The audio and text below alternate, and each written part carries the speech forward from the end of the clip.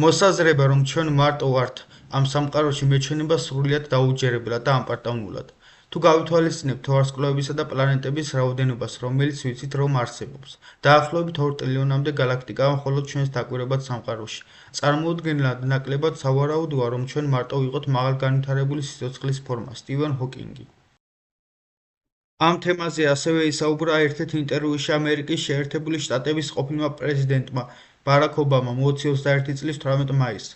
მან განაცხადა შემდეგი: არსებობს ამოუცნობი მფრინავი ობიექტების ამსახველი უამრავი ვიდეო და ფოტომასალა. ამ ობიექტების შესახებ დაზუსტებით ჯერჯერობით არაფერი ვიცით, ვადგენთ მხოლოდ იმას, თუ როგორ მოძრაობენ, როგორია მათი მოძრაობის ტრაექტორია. ეს არ არის მარტივად დასახსნელი ფენომენები. ადამიანები სერიოზულად ცდილობენ ახსნან, თუ რეალურად რასთან გვაქვს საქმე. ერთ-ერთი ინტერვიუის დროს დიმიტრი მედვედევს, რუსეთის ყოფილ პრეზიდენტს 2018 წლებში და პრემიერ-მინისტრს, ჟურნალისტმა დაუსვა შემდეგი კითხვა: ბატონო პრემიერ-მინისტრო, თქვენ ბევრი რამ იცით.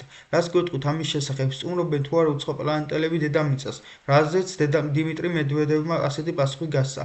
გეტყვით პირველად და უკანასკნელად, როდესაც პრეზიდენტი ხდები ატომური შეიარაღების კოდების ჩამოდანთან ერთად მოაქვთ სპეციალური ფაილი, მასზე წერია უმაღლესი დონის საიდუმლო და მასში წერია ყველაფერი, თუ ვინ სტუმრობს დედამიწას და როგორ. მასშია ინფორმაცია უცხო პლანეტელების შესახებ, რომლებიც აქ იყვნენ წარსულში და რომლებიც ახლაც გსტუმრობენ. ამ ინფორმაციას ფლობს სპეციალური სააგენტო, რომელიც აკონტროლებს უცხო პლანეტელების გადაადგილებას ჩვენი ქვეყნის ანუ რუსეთის ტერიტორიაზე. სწორედ ეს ინფორმაცია მოაქვთ პრეზიდენტთან.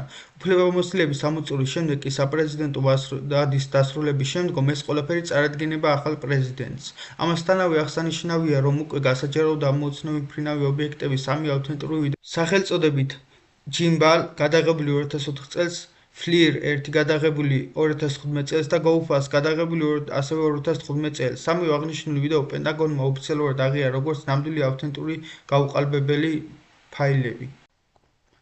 1958 წლიდან 1969 წლამდე 12618 უფოს გამოჩენის შემთხვევა დაფიქსირებული. აქედან 11917 ახსნილია როგორც საჰაერო ბურთები, სატელიტები, თვითმფრინავები, ასტრონომიული ობიექტები და ასე შემდეგ.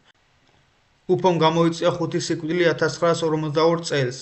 იმის შემდეგ, რაც ამერიკის შეერთებული შტატები შეუერთდა ომს, არტილერისტებს ეგონათ, რომ მოხდა საჰაერო თავდასხმა ლოს-ანჯელესზე. ახალმა ამბებმა გამოსცეს სტატიები მტრის თვითმფრინავებზე. ამერიკის შეერთებული შტატების არტილერიამ დაასკვნა, რომ საჰაერო ბურთი იყო მიზეზი ცეცხლის გახსნის. მათ იფიქრეს, რომ ეს იყო მტრის თვითმფრინავი და მას ცეცხლი გაუხსნეს. ამის გამო 3 ადამიანი დაიღუპა ავარიაში და 2 გულის შეტევით გარდაიცვალა. უამრავ ამერიკელს აქვს დაზღვევა უცხო პლანეტელების წინააღმდეგ. მაიკ ლოურენსი ყიდის ამ დაზღვევას $25 34 წლის განმავლობაში. მან გაყიდა 10 მილიონი